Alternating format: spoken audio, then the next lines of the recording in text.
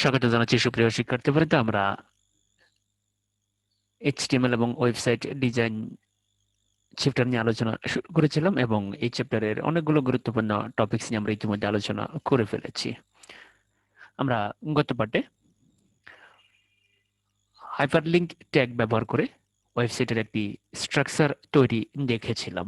সেখানে 4টি ফেজ ছিল, যে কোন পেজের সাথে কোন পেজের লিংক হবে, কিভাবে লিংক করব আমরা সেটা দেখেছিলাম। এই প্রশ্নটি তোমাদের জন্য অত্যন্ত ইম্পর্টেন্ট ছিল, এটা তোমরা ভালোভাবে প্র্যাকটিস করবে এবং আজকেও আমরা হাইপারলিংক ট্যাগের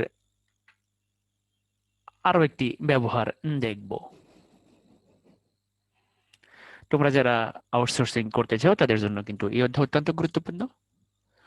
তোমরা চাইলে শুধুমাত্র এই চ্যাপ্টার পড়েই একটি ছোটখাটো ওয়েবসাইট তৈরি করে ফেলতে পারবে, কিন্তু তুমি যদি অনেক বড় ধরনের একটা ওয়েব ডেভেলপ করতে চাও, সেখানে ডেটাবেস থাকবে, অর্থাৎ ডাইনামিক ওয়েবসাইট হবে, তাহলে তোমাদেরকে আরো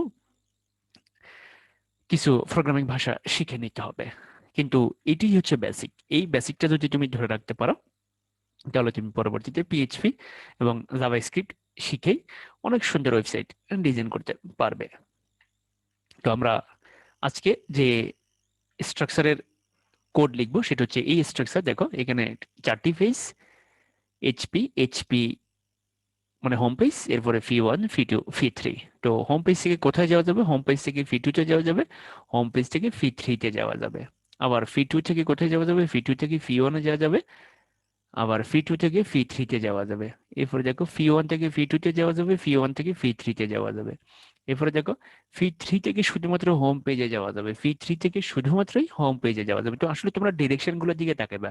এই যে ডিরেকশনটা, এটা কিন্তু ফিক্সড নয়। এটা যে ওয়েবসাইট ডিজাইন করবে, যে ডেভেলপার ওয়েবসাইটটা ডেভেলপ করবে, তিনি যেভাবে চান অথবা একজন কাস্টমার যেভাবে চায় সেভাবে তোমাকে ওয়েব ডেভেলপ করে দিতে হবে। তিনি বলে দেবেন যে কোন দিক থেকে কোন দিকে যাওয়া যাবে, বা তুমি যদি তোমার কোনো প্রতিষ্ঠানের জন্য ওয়েবসাইট ডেভেলপ করো, তাহলে তুমি সেটা নিজে সেট করে দিবে কোথা থেকে কোথায় যাওয়া যাবে। তো এটা এটা জাস্ট ব্যক্তির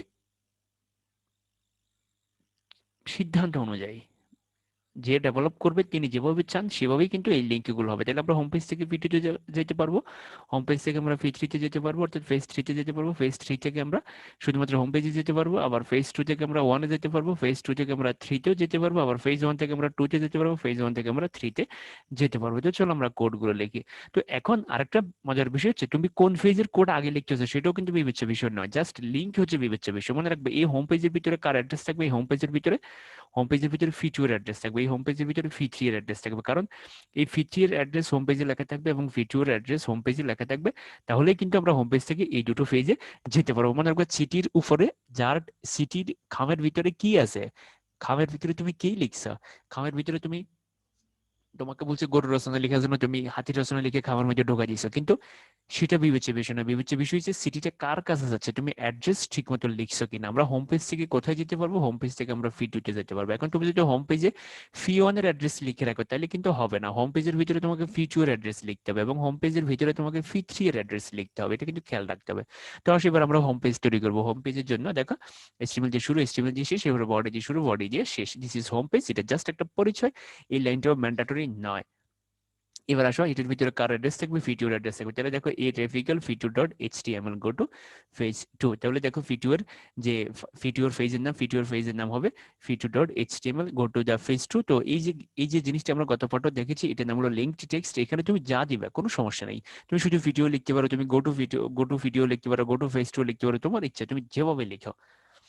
এরপরে এখানে দেখো আবার হোম পেজের ভিতরে ফিচির অ্যাড্রেস থাকবে। তাহলে দেখো এই রেফিক্যাল ফিচি dot HTML go to the page 3। তাহলে দেখো আমাদের হোম পেজ রেডি। এই হোম পেজ থেকে আমরা 2তেও যেতে পারবো, হোম পেজ থেকে আমরা 3তেও যেতে পারবো। তাহলে হোম পেজ আমাদের রেডি।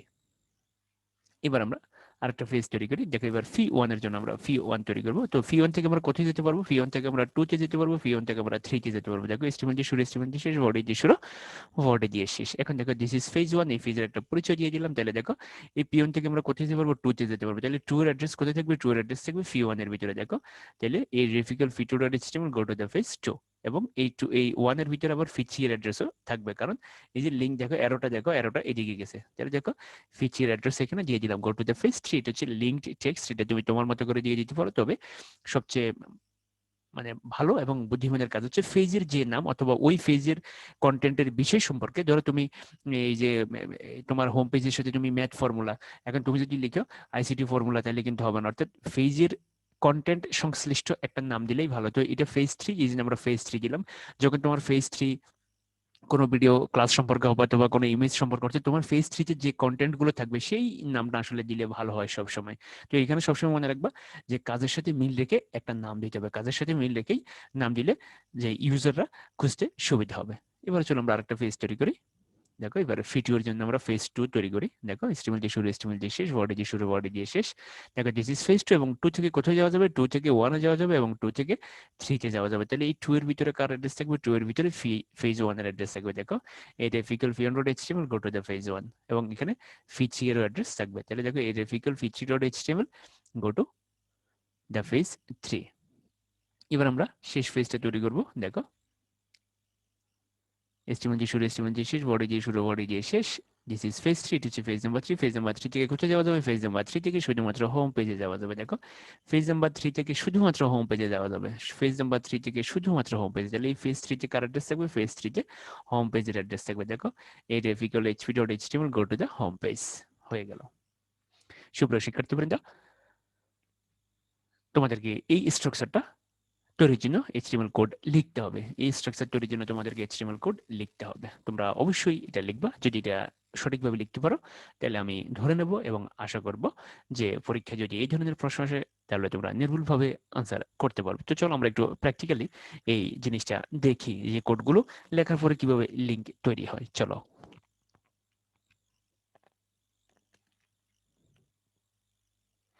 আমরা প্রথমে নোটপ্যাড ওপেন করব।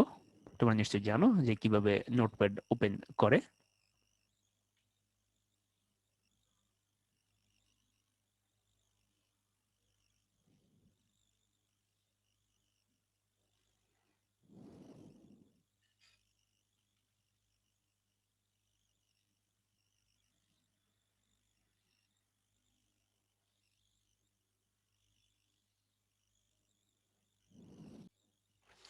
আমরা নোটপ্যাড ওপেন করেছি।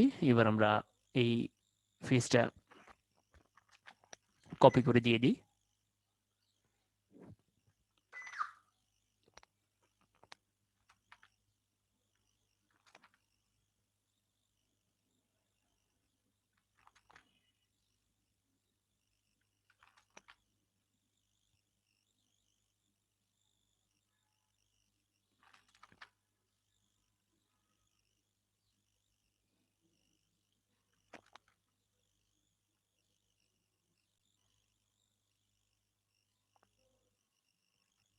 দেখো এই যে পেজটা, এটার নাম হচ্ছে হোম পেজ। তো এটাকে আমরা সেভ করবো এখন।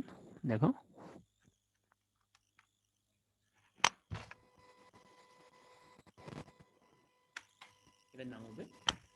এটার নাম হবে hp.html।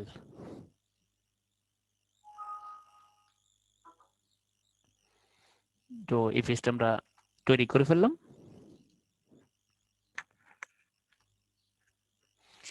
এবার আমরা যে পেজটা তৈরি করব সেটা হচ্ছে ফেজ 1। আমরা এখন ফেজ 1 তৈরি করব।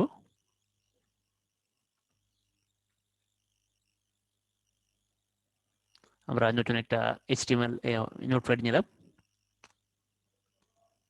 দেখো এটার নাম হচ্ছে ফেজ 1। তো এখান থেকে আমরা 2-তে যেতে পারবো এবং এখান থেকে আমরা 3-তে যেতে পারবো। তো এটা আমরা সেভ করব।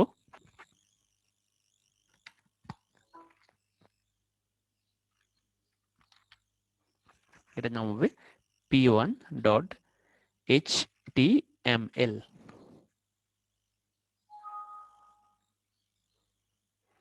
তাহলে আমাদের ফেজ 1ও রেডি। এবার আমরা ফেজ 2 তৈরি করব। দেখো ফেজ 2 এর কোডটা আমি সেখানে কপি করে দিয়ে দিচ্ছি।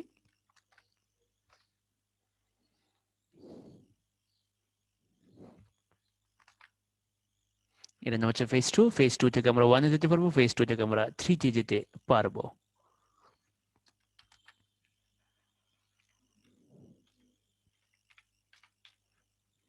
এটার নাম হচ্ছে ফেজ 2। এবার আমরা ফেজ 3 এর কোড লিখবো। এটা কপি করে আমরা দিয়ে দিই। নতুন একটা নোটপ্যাড নেব, এই পেজটার নাম হবে v3.html। আমাদের 4টি পেজ রেডি। এবার আমরা এগুলা ওপেন করব।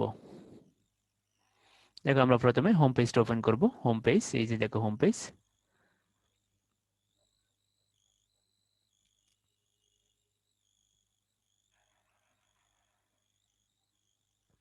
হোম পেজ ওপেন হয়ে গেছে। হোম পেজ থেকে আমরা কোথায় যেতে পারবো? হোম পেজ থেকে আমরা 2 তে যেতে পারবো এবং হোম পেজ থেকে আমরা 3 তে যেতে পারবো। দেখো তোমরা ভালো করে, হোম পেজ থেকে আমরা 2 তে যেতে পারবো এবং হোম পেজ থেকে আমরা 3 তে যেতে পারবো। আমরা আমাদের প্রশ্নটা আরেকবার দেখি। আমাদের প্রশ্ন ছিল এটা, দেখো আমাদের প্রশ্ন ছিল এটা, যে হোম পেজ থেকে 2 তে যেতে পারবো এবং হোম পেজ থেকে আমরা 3 তে যেতে পারবো। তাহলে দেখো এই হোম পেজের ভিতরে দুটি পেজের অ্যাড্রেস আছে, 2 এর অ্যাড্রেস আছে এবং 3 এর। এখন দেখো আমরা যদি এখানে ক্লিক করি আমরা ফেজ 2 তে চলে যাবো। দেখো এটা হচ্ছে ফেজ 2। এই যে ফেজটা, এই ফেজটার নাম হচ্ছে ফেজ 2। এখন দেখো এই ফেজ 2 থেকে আমরা কোথায় যেতে পারবো? ফেজ 2 থেকে আমরা 1 এ যেতে পারবো, ফেজ 2 থেকে আমরা 3 তে যেতে পারবো। দেখো এই ফেজ 2 এর ভিতরে দুটো অ্যাড্রেস, একটা হচ্ছে 1 অ্যাড্রেস, একটা হচ্ছে 3 এর অ্যাড্রেস। এখন চাইলে আমরা আবার 1 এ যেতে পারবো। দেখো আমরা ফেজ 1 এ চলে আসছি। এখন এই যে ফেজটা, এই ফেজটার নাম হচ্ছে ফেজ 1। এখানে দেখো এখান থেকে আমরা কোথায় যেতে পারবো? এখান থেকে আমরা 2 তে যেতে পারবো, এখান থেকে আমরা 3 তে যেতে পারবো। দেখো এই যে ফেজ 1 থেকে আমরা 2 তে যেতে পারবো, ফেজ 1 থেকে আমরা 3 তে যেতে পারবো। তাহলে দেখো আমরা যদি এখন 3 তে যাই, দেখো ফেজ 3, এইটার নাম হচ্ছে ফেজ 3। যে ফেজটা তোমরা দেখতেছো এটার নাম হচ্ছে ফেজ 3। দেখো ফেজ 3 থেকে আমরা কোথায় যেতে পারবো? ফেজ 3 থেকে আমরা শুধুমাত্র হোম পেজে যেতে পারবো। ফেজ 3 থেকে আমরা শুধুমাত্র হোম পেজে যেতে পারবো। এখন দেখো আমরা যদি হোম পেজে ক্লিক করি, দেখো আমরা আবার হোম পেজে চলে আসছি। এখন এই যে দেখো জাস্ট স্ট্রাকচার কিন্তু তৈরি হয়ে গেছে। তুমি চাইলে কিন্তু এরকম একটা ওয়েবসাইট তৈরি করে নিতে পারো। এখন আমাদের স্ট্রাকচার হয়ে গেছে, এখন কাজ হচ্ছে শুধুমাত্র পেজটাকে ডিজাইন করা। এই পেজটাকে তোমাদেরকে ভালো করে ডিজাইন করতে হবে। মনে রাখবে এটা হচ্ছে জাস্ট একটা এটা হচ্ছে একটা স্ট্রাকচার। আমরা যে জিনিসটাকে তৈরি করছি এটা কিন্তু একটা স্ট্রাকচার। ওয়েবসাইট কিন্তু বা ওয়েব পেজ কিন্তু এমন হয় না। আমরা কিন্তু এখন জাস্ট একটা কাঠামো তৈরি করেছি।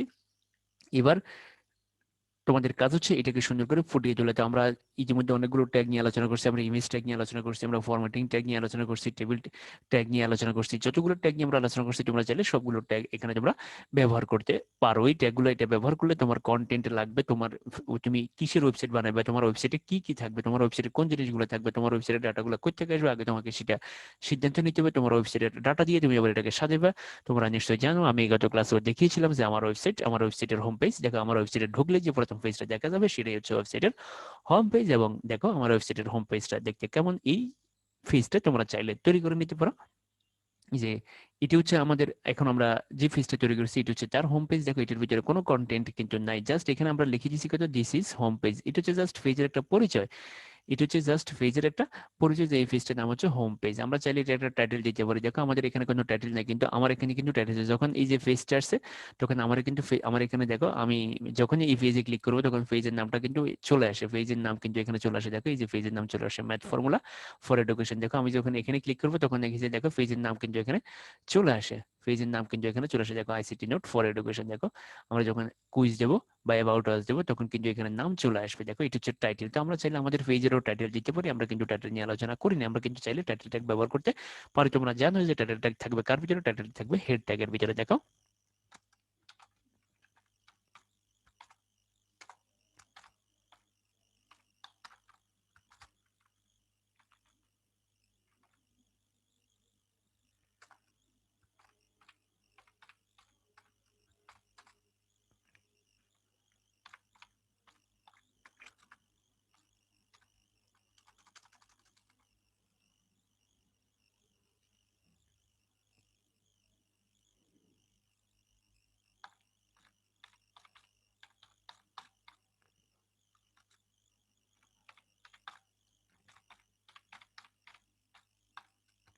দেখো আমরা এখানে টাইটেল দিয়ে দিলাম। দেখো এখন যদি আমরা এটাকে সেভ করে রিলোড করি, দেখো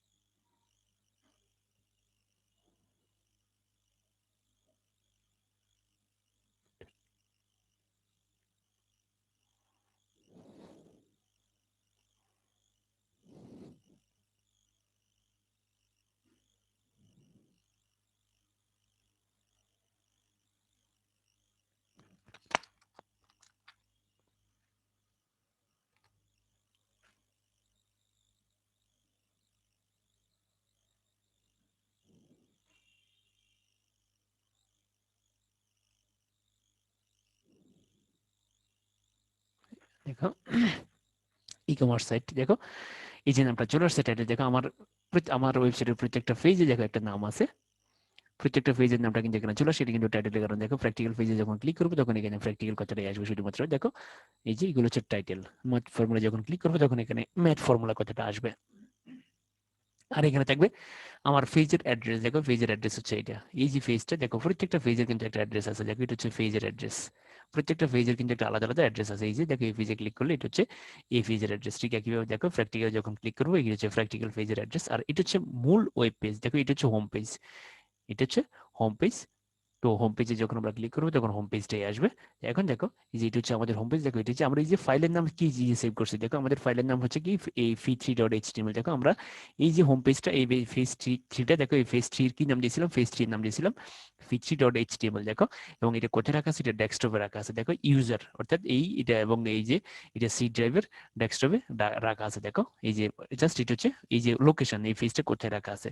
আর আমার এখানে কিন্তু এটা কোথায় রাখা আছে, আমার এখানে কিন্তু এটা এই যে দেখো ডোমেইন নাম, এটা হচ্ছে ডোমেইন নাম, অর্থাৎ আমি কিন্তু ডোমেইন নাম কিনছি, আমার একটা সার্ভারে রাখা আছে, এটা পৃথিবীর যে কোনো প্রান্ত থেকে দেখা যাবে, কিন্তু এই ওয়েবসাইট এই কম্পিউটার ছাড়া আর কোথাও থেকে দেখা যাবে না, কারণ এটা সবাইকে দেখাই তুলে এটাকে সার্ভারে রাখতে হবে।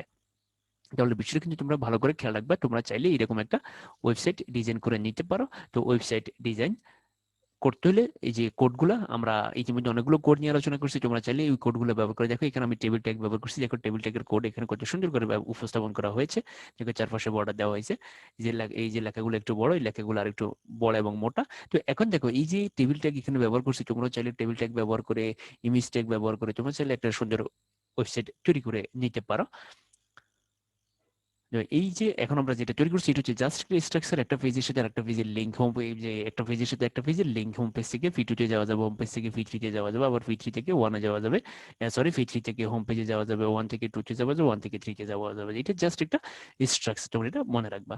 তো সুপ্রিয় শিক্ষার্থী বন্ধুদের ধন্যবাদ সবাইকে। এই দুটি প্রশ্ন নিয়ে যেটা আমরা আলোচনা করলাম, এই পার্টে এবং গত পার্টে, এই দুটি প্রশ্ন কিন্তু তোমাদের জন্য অত্যন্ত ইম্পর্টেন্ট, এবং আমি যেটা হোমওয়ার্ক দিয়েছি সেটা অবশ্যই তোমরা প্র্যাকটিস করবে এবং মনে রাখবে, এই প্রশ্ন কিন্তু পরীক্ষা আসলে 4 মার্কের জন্য আসবে। ধন্যবাদ সবাইকে।